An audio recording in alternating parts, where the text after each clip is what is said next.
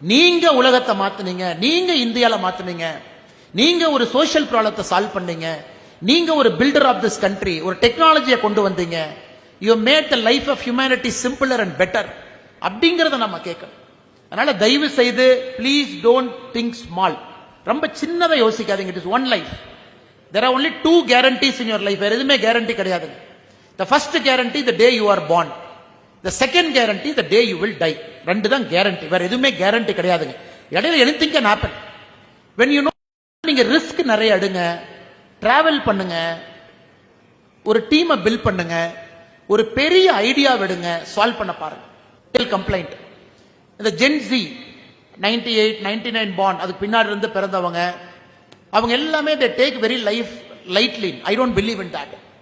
The kind of knowledge a Gen Z has got, no person before you had so much knowledge like you are having. You know everything is at your fingertip. எல்லாம் செல்போன்ல வச்சிருக்கீங்க. ஒரு சின்ன Google search பண்றீங்க, சின்ன AI search பண்றீங்க, every single data is it. But the problem is with so much data are you making the right decision? அவ்வளவு data உங்களுக்கு இருக்கு, சரியான டெசிஷன் அந்த டேட்டா வச்சு எடுக்கிறீங்களா அப்படிங்கறத இன்னைக்கு பிரச்சனை.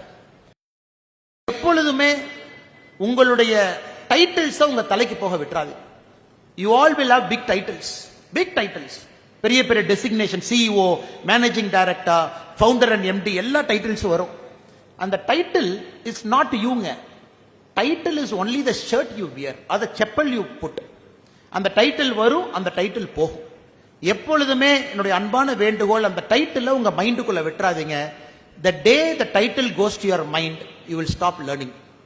என்னைக்கு உங்களை சுத்தி இருக்கக்கூடிய டைட்டில் உங்க மைண்டுக்குள்ள போகுதோ, that is the last day of you being a student.